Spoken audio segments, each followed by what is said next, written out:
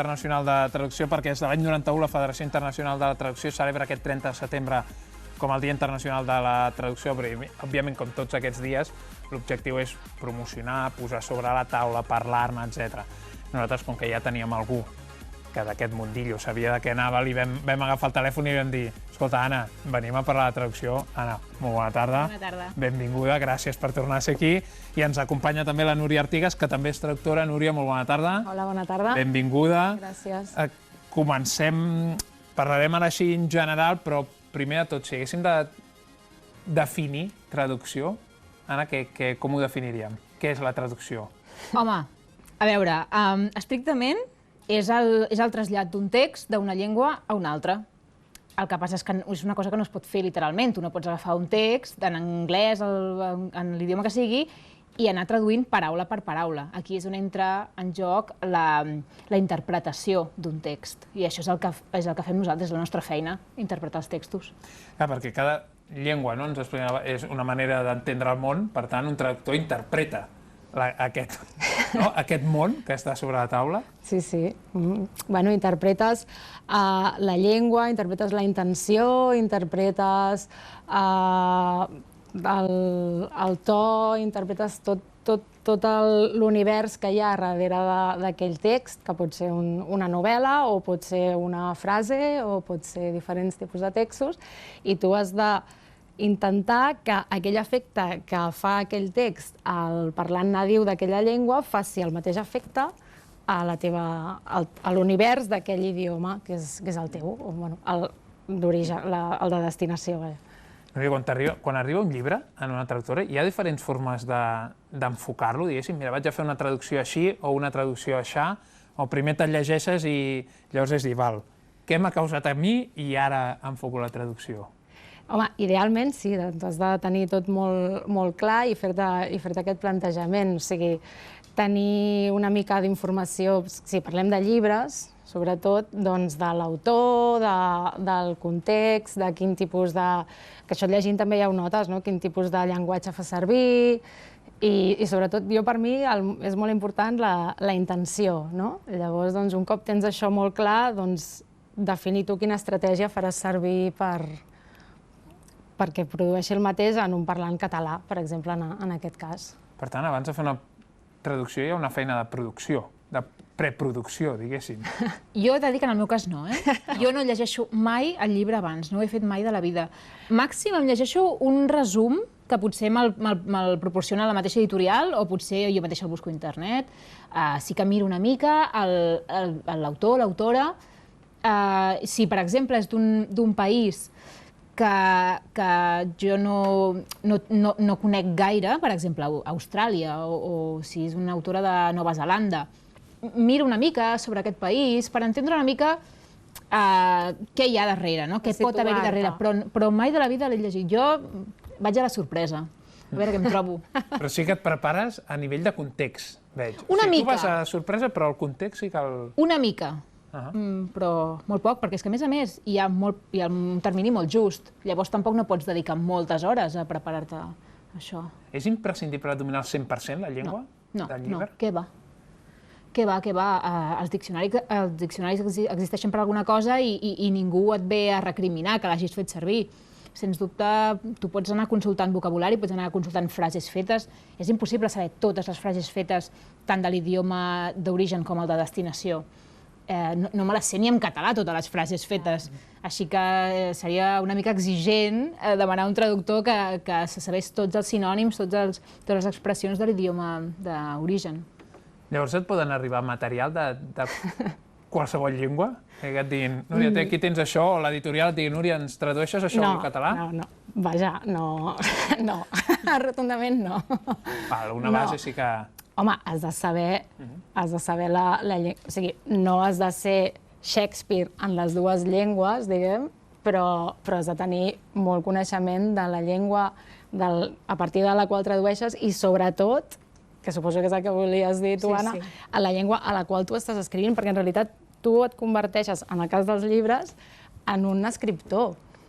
En realitat, tu ets gairebé com un escriptor, el que passa és que no rumies la trama, no rumies els personatges, Però sí que rumies, per exemple, mira, doncs aquest el faré parlar d'aquesta manera. O sigui, també crees una mica el personatge, però ja et ve donat de l'original.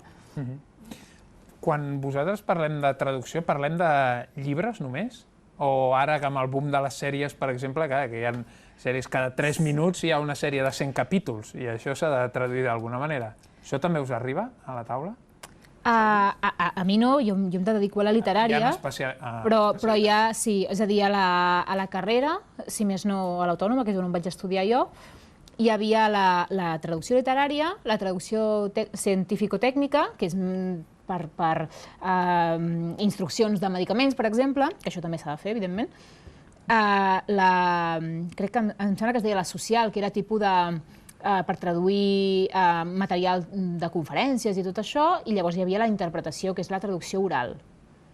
I llavors suposo que cadascuna té branques inferiors, però si tu t'especialitzes en una branca o en dues, evidentment pots... O sigui, entres al món de la traducció com a especialista en tal i en tal. Jo, per exemple, tradueixo literatura, però també tradueixo altres coses, com pàgines web d'Ajuntament, del català al castellà, per exemple. Aquestes coses també s'han de traduir. Que, a més, en molts casos ja ni ho tradueix una persona. O sigui, es fa un tipus de traducció que es diu postedició, que simplement ho passen per un traductor automàtic, és més ràpid, és més barat, és relativament eficient. I més aberrant. Bueno, perquè després passem als traductors... Si passa un filtre, val, perquè si no, a vegades et pots trobar... Però això és bastant una mica com la traducció del futur, que amb la literatura és una aberració, però amb textos més del dia a dia, que necessites una cosa molt àgil, per exemple, un comunicat de l'Ajuntament o una agenda de la setmana de qualsevol entitat, doncs tot això t'ho agilitza, però sempre és important que hi hagi la figura... De fet, molts traductors som correctors, també, perquè també com molts filòlegs, però el traductor ja et formen d'una manera que d'utilitzar la llengua. El filòleg estudia més la llengua en teoria, també té molt bona base de tot, saps la història de les paraules, l'etimologia i tot això, i els traductors anem més per feina, o sigui, som com més pràctics. I llavors, com que estàs molt acostumat a bregar amb la llengua, doncs també acabes... Jo, de fet, també corregeixo bastant. Acabes fent tot un seguit de coses. Ella té la sort de dedicar-se a la traducció literària, però jo... Però també a la correcció. Jo faig molta correcció literària. L'únic que és només del món literari. Però també. Traducció i correcció van bastant junts. Que ara hi ha aquest entremig, que és la postedició, que no és ni traducció ni correcció. I és una cosa que moltes agències de traducció, que és una altra figura que hi ha en el món de la traducció, que és un entremig entre el client final i el traductor, doncs que fan servir aquest mètode per abaratir costos. Escolta, quan agafem un llibre o una pel·lícula o una sèrie o el que sigui i l'hem de traduir, clar, hi ha moltes deixos de les llengües, aquestes petites coses que dius, ostres, i això en anglès sona de fàbula o en francès sona de fàbula, com trasllado jo aquesta fàbula en el català? Us heu trobat amb punts d'aquests d'haver d'investigar o haver de donar voltes i voltes i voltes per intentar trobar la sensació? Sí, i fas el que pots. Però, a més, hi ha vegades que les editorials també alguna pega et posen. Perquè hi ha editorials, per exemple, que no volen de cap manera que en un llibre juvenil hi surtin paraulotes. I clar, llavors t'arriba una novel·la en què els protagonistes són del Bronx i tu no pots posar paraulotes. I llavors, clar, com t'ho fas? És un obstacle més. Hi ha diferents tècniques, depèn. Pots optar, doncs, això, per donar-li un parlar més dur, no ho sé... T'hi has de trobar al final. I alguna vegada plores sota la taula i... És complicat, perquè tu t'imagines un quinqui com te l'imagines. Exacte. Amb el seu parlar, que no és un català molt... Molt normatiu, diguem. Exacte. I clar, tu has de fer mans i mànigues perquè dius, i ara jo, aquest home, com el quinquejo? Clar. Pots posar incorreccions fins a cert punt. Sí, però igualment, jo és un problema que em trobo bastant, eh? Clar, jo també. Jo estic fent un llibre que va de l'apartheid i clar, i et trobes que són xavals joves de barris suburbials de Johannesburg, en post-apartheid, i dius, i ara aquests com els fas parlar, no? I clar, a vegades costa. És una de les dificultats. La llengua mateixa et limita una mica, el català, en aquest sentit, almenys a mi. Sí. També és un idioma més políticament correcte, potser, té menys variacions en aquest sentit, menys quinquis, no sé si es pot dir això, però sí, dificulta una mica a vegades el català, sí. Ah, sí? Sí. Hi ha eines per modelar el llenguatge més fàcil en altres... Home, jo penso que sí. L'anglès, a més, per exemple, té un factor que facilita molt, que és el fet de verbalitzar qualsevol paraula. És a dir, quan, no sé, per exemple, Facebook pot ser un verb, també, que vol dir entrar a Facebook o enviar alguna cosa per Facebook, però és només un verb, és el verb Facebook. I llavors això ho fan molt en anglès. Això abreuja molt l'idioma, el fa més concret, més específic. Són coses que el català i, de fet, les llengües romàniques no tenen. Hi ha algun gènere que us sentiu més còmode, que us faci més il·lusió traduir? Quan arriba un llibre a l'editorial que dius, ostres, si és, no sé, poesia, porta'm, o si és no sé què, o assaig, o novel·la negra.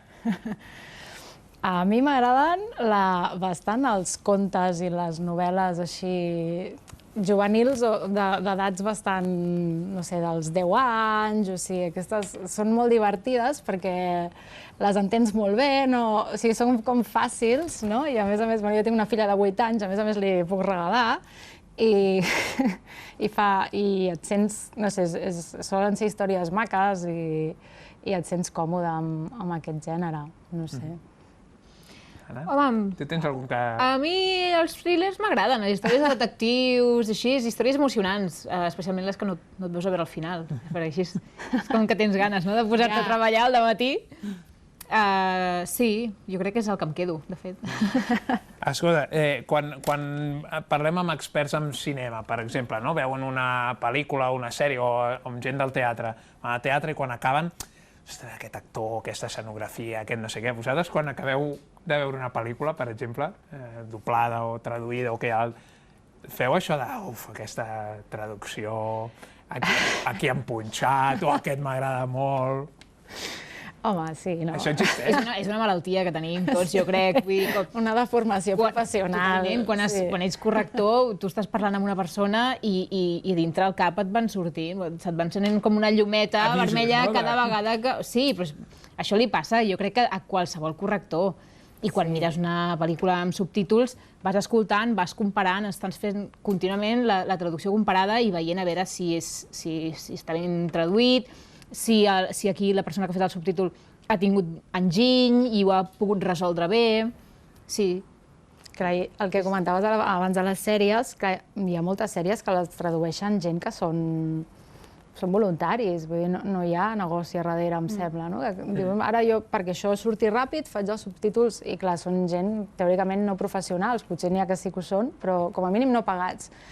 I clar, ho fan molt ràpid. La rapidesa també és un dels grans hàndicaps de la nostra professió. Jo crec que tot és per ahir, treballes a vegades amb força pressió, una feina que és molt bonica, que és escriure, a vegades tens una pressió a sobre que et dificulta una mica la tasca. I clar, estàs allà al sofà de casa mirant una sèrie i vas allà detectant falsos amics, hi ha errors de picatge, ja no els comptes, però sí que és la deformació aquesta d'estàs a les 11 de la nit mirant la tele i encara vas com corregint. Sí, no s'encomana, per això no pateix. No. No em passarà, no? Estic tranquil. Escolta, ja per acabar, té pes... Jo me'n recordo que tu sempre, quan vens a la secció de llibres, sempre dius l'autor i el traductor. Sí. Sempre. Home, clar. Si no ho reivindico jo. Té reconeixement la figura del traductor? Si es coneix un bon traductor, se'l reconeix... Recordo que una vegada ens parlaves de Harry Potter, de la traducció de Harry Potter, que vas dir que era extraordinària... Que, a més, la van fer dos traductors, és a dir, el primer i el segon la va fer una noia, la Laura Escorihuela, i a partir del tercer el va fer el Xavier Pàmies. El reconeixement, a veure, el mínim reconeixement que esperes és el de l'editorial. I a vegades que et posen el nom minúscul a la pàgina aquella de crèdits on hi ha tot el copyright, i a vegades que te'l posen a la portadella, que és la primera pàgina, o sigui, obrint la portada, la primera pàgina en blanc que hi ha, allà hi ha el teu nom, i ara comença a haver-hi bastantes editorials que posen el nom a la portada, que això és una cosa que s'agraeix, perquè a banda de la il·lusió que fa, no? Sí. Al capdavall, un traductor pot ser pràcticament un... A veure, no diré un coautor, però és un reescriptor, no? És una persona que ha reescrit el llibre i li ha donat pràcticament un nou enfocament. Per tant, a veure, a mi m'agrada la iniciativa. Clar, moltes vegades només ho fan quan ho ha traduït algun escriptor que ja és conegut, per exemple. Exacte. Però, per exemple, a 1984 sí que tenen sempre posen el nom del traductor a la portada, cosa que és molt d'agrair, que segurament ningú anirà a buscar un llibre pel traductor perquè sol passar molt desapercebut i la gent no els coneix, a menys que siguin ja coneguts prèviament. Exacte. Però com a mínim és un gest i tens l'esperança que dius, mira, doncs almenys, com a mínim ja tenen l'oportunitat la gent de llegir-ho. De saber que hi ha una feina. Clar, com a mínim això ja.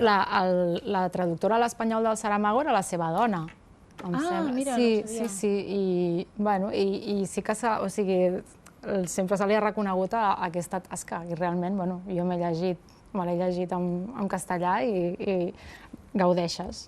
Això és per banda de les editorials, diguéssim, perquè llavors posa que es parla d'un llibre a les notícies, perquè sí, ha sortit el llibre tal, i per famós que sigui el llibre, no s'esmenta mai el traductor. Vull dir, és una iniciativa que ha començat a les editorials, però que de moment no s'està veient traslladada a cap altre àmbit. Ja veurem. Dia Internacional de la Traducció, vinga, doncs posem l'accent i ja està. Anna, moltíssimes gràcies per tornar a seguir amb nosaltres i Núria, gràcies per venir. Gràcies per convidar-me.